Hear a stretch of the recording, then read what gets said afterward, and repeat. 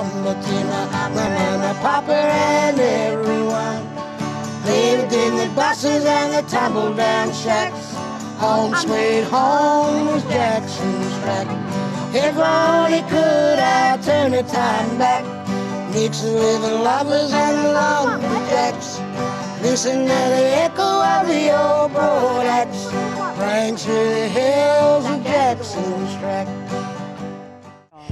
Welcome everyone to another episode of Kurnai Konnection. Fantastic Gracie Rose Hayes, isn't it? Yes, it is. And you and Pauline Mullett are talking today about the archiving. You've been doing a lot of tracing of history and ancestors. Yes, we have been over 15 years. We've been researching our family history. Okay, well let's go into that centre in Warrigal where you were at the time and we'll go and see what you've got to tell us all.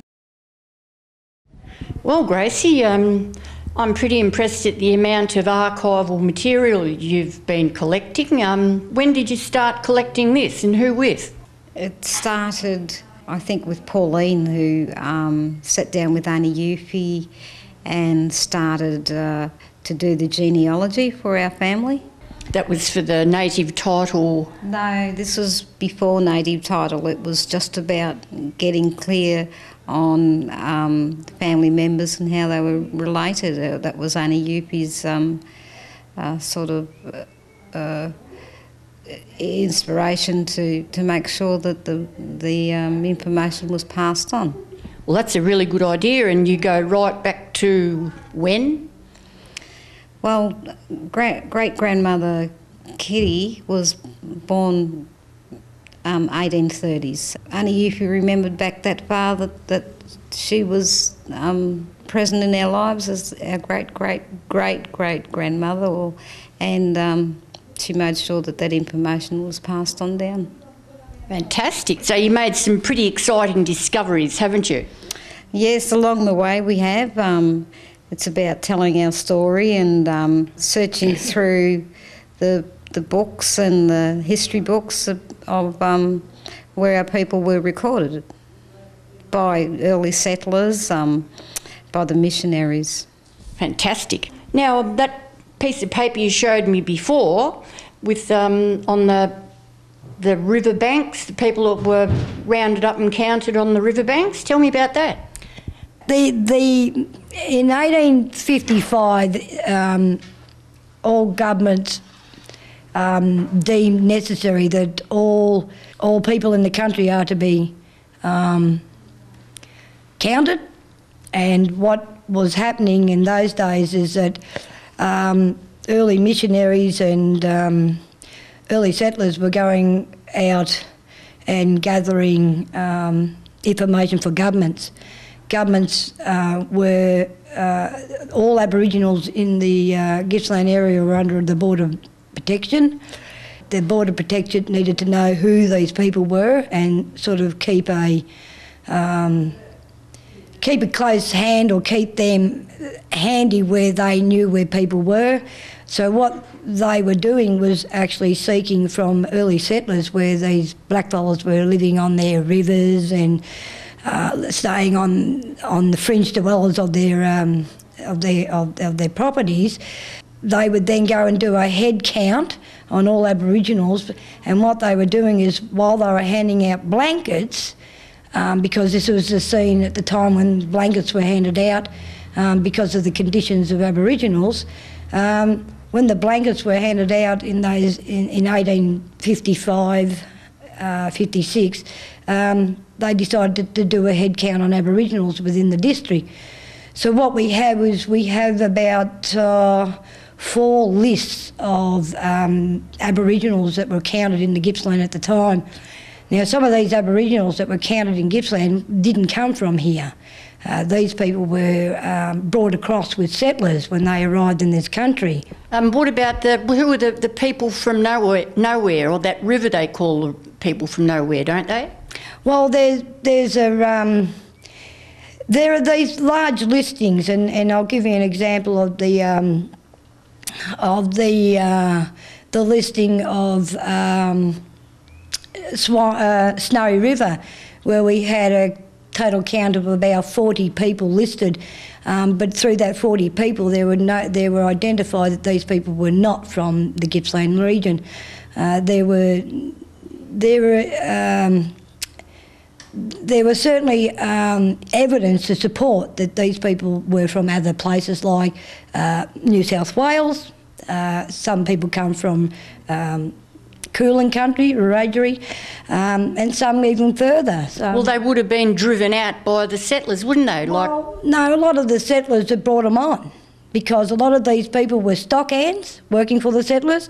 A lot of them were servants working for the settlers. And a lot of these people were just living with settlers and moving about with them. So if a settler came to Gippsland, they were bringing servants with them from other countries. So they really weren't the original people, as what's been presented in the future information. The information that was gathered is listed. They do go back to the very first stagings of the arrival of European after the Great War. Europeans settled in the country, or they were actually called squatters in those days. The Europeans were called squatters, so they were squatting on lands that belonged to then the British Crown is what they call it. So a lot of these documentations that we have, we can identify where people originated from. So yeah, that's the beauty about this archival information. That's fantastic. Yes, it gives me the shivers actually when I think about those early days when people were rounded up and pushed off their country. It's, you know, not the best, is it? No, it isn't. Not when it tears families apart and separates people. No, that's right. Well, after the break, we'll be back. Welcome back to Kurnai Connection. Well, we're going to touch on the Constitution next. Favourite subject? Not. No, not. Okay, let's go. Now I smell a rat because I've heard the whisper that Aboriginals actually aren't in the Constitution. Is that correct? Yes, that's correct. There was a referendum held in the 1960s. The government told the white Australian people that it was to allow the Aboriginals to vote, when in fact it was to take Aboriginal people off the flora and fauna list, and they needed... What do you mean off the flora and fauna list? Because we were listed under that Act, the Flora and Fauna Act, as part of the wildlife of Australia. No. We're part of the native fauna and flora. So the referendum that they did in 1960 was brought about recognition, that this country then recognised that that we were human again. And that's why the 1960 referendum came about, that we were then counted. So what's come about with that is that they say that it was allowing us to vote. Well, that's certainly not the case. But you're still not in the Constitution. Well, how can you vote if you're not in the Constitution? So it was all smoke and mirrors as far as I'm concerned, that the government weren't telling the people the truth. Well, terra nullius is the big one. That's the reason you're not in the Constitution, isn't it? Because there was supposed to be no one here. But that only happened after the defeation of Mabo. When Eddie Mabo took up the challenge to challenge the governments over his rights and his lands and his people's rights, that's where the word terra nullius had sprung from. But again, because of that a very much large a case before the law, the word terra nullius was thrown out. It means empty land, doesn't it? Well, to what in Latin it meant to them, but to us we didn't know what it meant. But from before all that, we knew that it wasn't their land, and we've always known this. Hey, that's governments. But technically, you're still at war, isn't that right? That's right. Until there's a treaty signed between the Aboriginal people of this land and the occupiers, then technically we're still at war. Well, I don't understand what's all this stuff going on at the moment, reconciliation. That's a big word and it doesn't mean anything to me. Must mean that the governments want to reconcile with us over something. The reconciliation, well, what do they want? What are they wanting to reconcile about? Maybe we should ask the government, what is their purpose here? Reconciliation. Is it all like assimilation, segregation? All seems to be pretty language, but doesn't have any real purpose. Stop!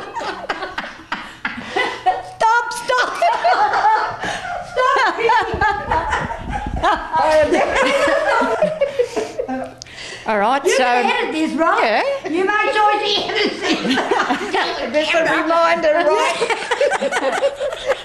Righto, so where do we go from here? You're still collating all of this archival material, which is really impressive amount. Yes, we've been given a grant. We've been awarded a grant, and to collate and to to collate all this information that we've got from thanking government authorities for sending it to us. But now we have the information to fight fire against fire. So this information is not only for our family's benefits, it's also information for other families' benefits, other families in the region, which could be the Hazes, the O'Rourkes, the Moffats, the Fosters. Those types of people, we have all their information. It can be valuable for them to then come in and then research their own family history. I think that's the reason why we're putting all this information together, so other families can come in and have a look at it as well. And we hope to then set up a nice keeping place to in-house all these materials we have. Yes, around here, around our Warrigal area, yes, or Druin or somewhere? Well, I think it should be at the gateway of Gippsland. I think that we're missing it here. We don't have a real a museum of something that we can call our own home, to in-house our own material. So, yeah, we're looking to do that here in the West Gippsland area. Fantastic. That's great, isn't it? Yes, it is. I think it's about also to educate the public about our history and the true history that's not taught in schools and is not part of the curriculum. They need to change that for Aboriginal people to be seen in a different light than to what is being taught now, because Captain Cook did not find this country. No, Johnny come lately. He come later. Poor bugger. He never discovered this country. This country was discovered 60,000 years ago, well before he arrived.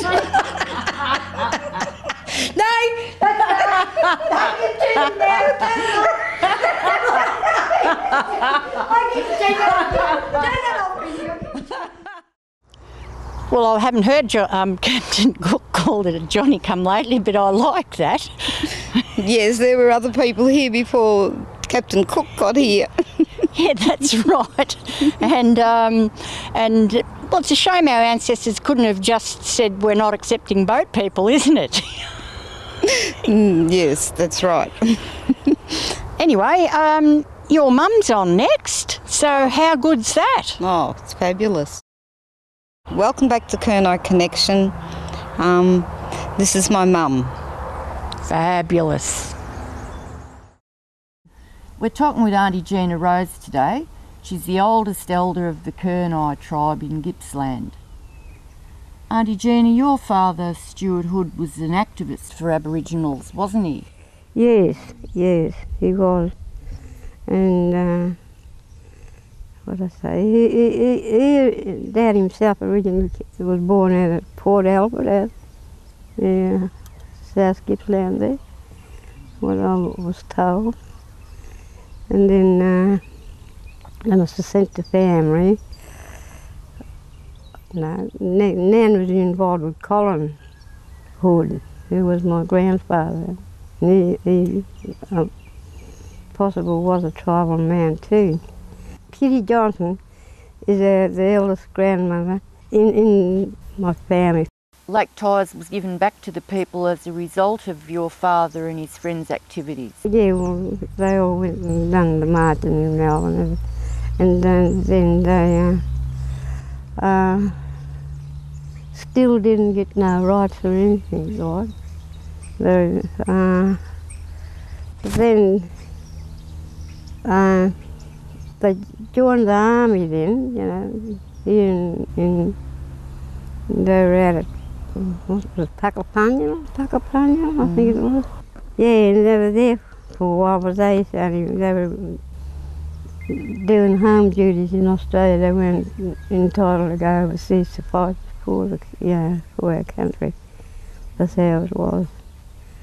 And then he got discharged out of the army, went back to Lake Tyers, and then he started complaining about still land rights, and the land was sort of given back to the Lake Tyers people. And as I said, my dad, he was a man he was working on Lake Tyers, and then he got to want us to get out in the community, white community, and get a job and a house and things like that. So was where we went first was to up to Dimboola, and he's working up there in the store where they make the wine and stuff.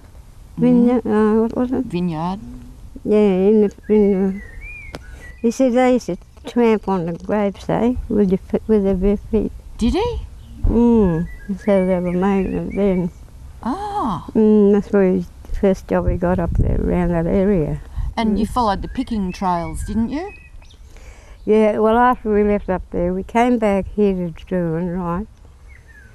And we were out at, we were working around here, which was the job of bee picking for the old Kurnai Konnection. He had a house out the back of over near the butter factory over here.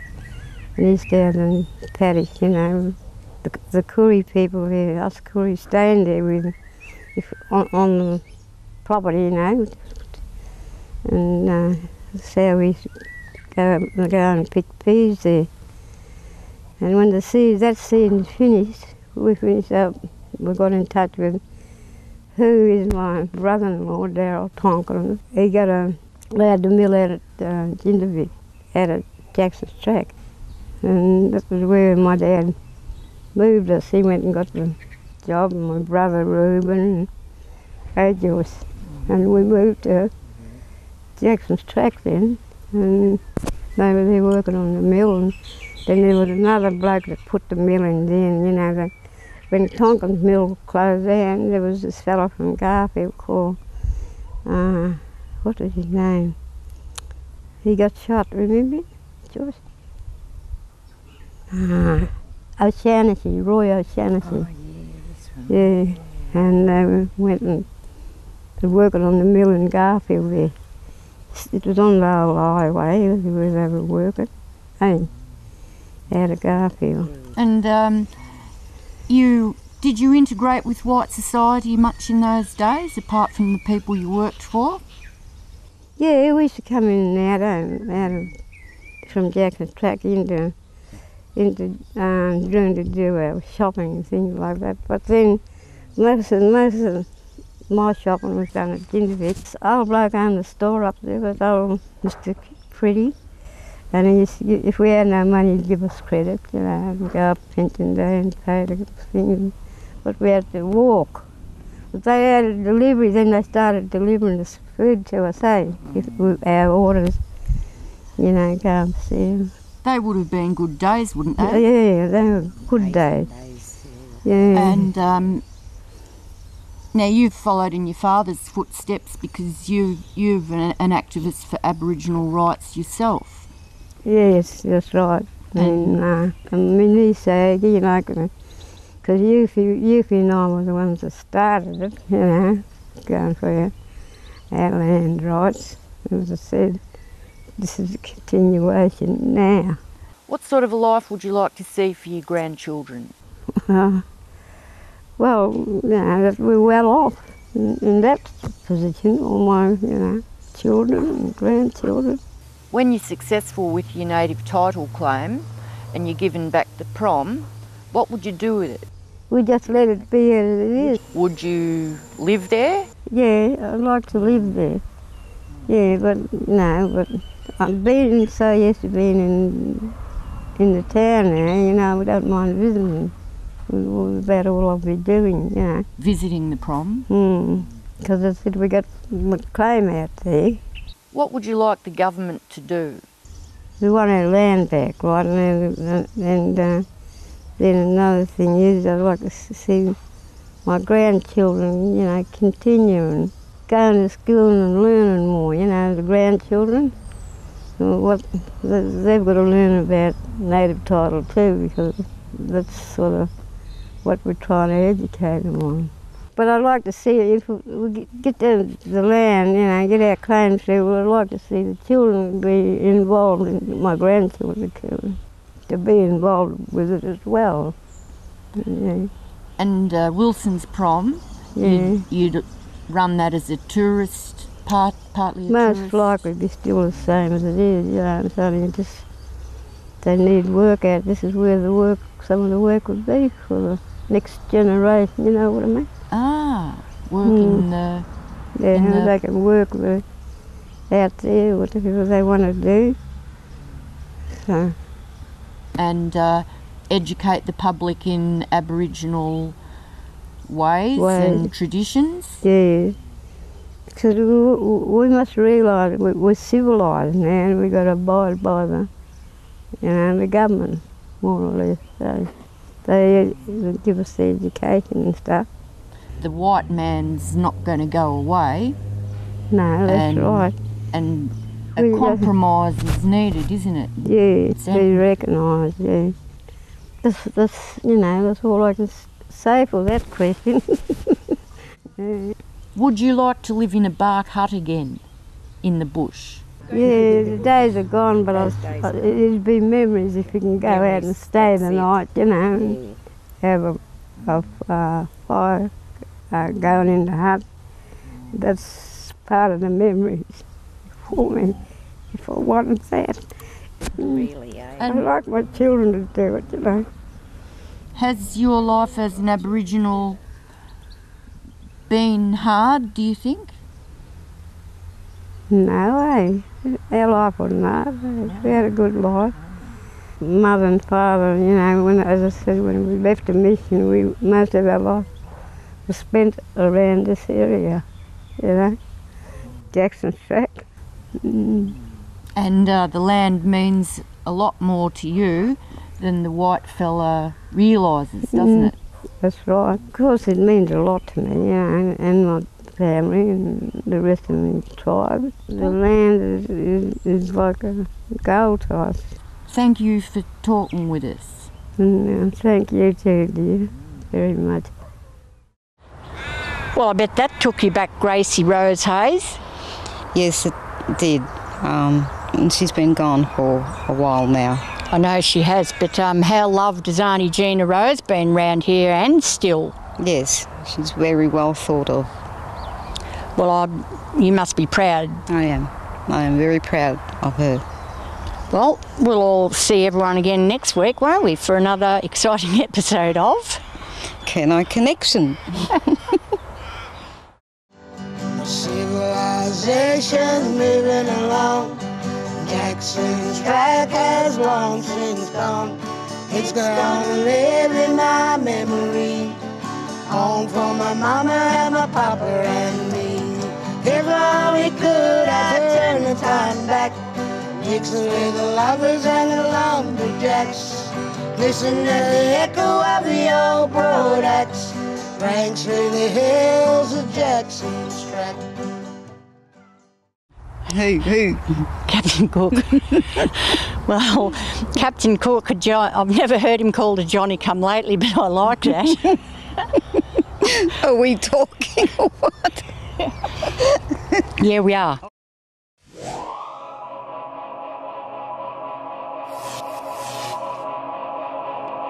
Yeah.